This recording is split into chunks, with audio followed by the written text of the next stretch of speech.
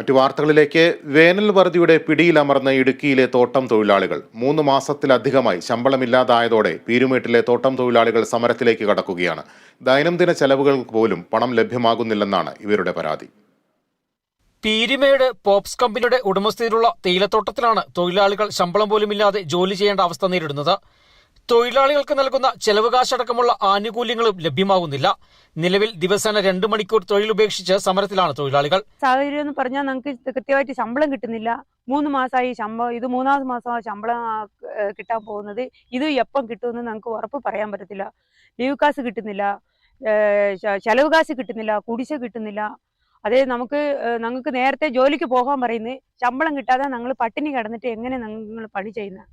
ഇത് ഞങ്ങൾ മക്കളെയും വെച്ചിട്ട് ഞങ്ങൾ ഒത്തിരി ദുരിതത്തിലാണ്. ഞങ്ങൾ പോപ്സ് കമ്പനിയിൽ പാർട്ടിക്കാർ ഒന്ന് ചോദിച്ചാൽ 2 പാർട്ടിക്കാർ പോയി ചോദിക്കുന്നുണ്ട്, ഞങ്ങൾ ചെലവ് കാശ് വേണം, ശമ്പളം വേണമെന്ന് ഞങ്ങൾ പോയി ചോദിക്കുവാണെങ്കിൽ കൃത്യമായിട്ട് സമയം പറയുന്നില്ല. സമരം ചെയ്തിട്ടേ ഞങ്ങൾ അകത്ത് പണിക്ക് പോകാറുള്ളൂ.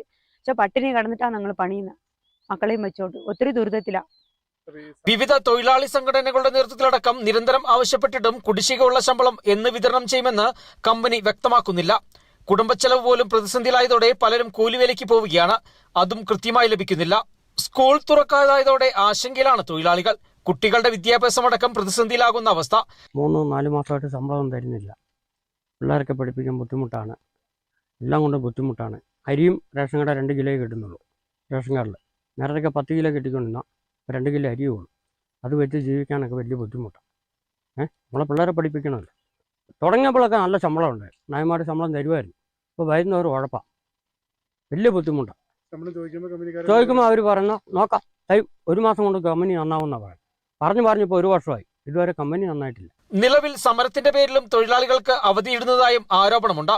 ശമ്പളം കൃത്യമായി ലഭ്യമാക്കാൻ സർക്കാർ തല അടിയന്തര ഇടപെടൽ നടത്തണമെന്നാണ് തൊഴിലാളികളുടെ ആവശ്യം. കടുത്ത വേനലിൽ കൊളുന്തുൽപാദനം കുറഞ്ഞതാണ് പ്രതിസന്ധിക്ക് കാരണമെന്നാണ് കമ്പനി അധികാരികളുടെ വിശദീകരണം. Bineesh Antony, Kerala vision news, Idukki.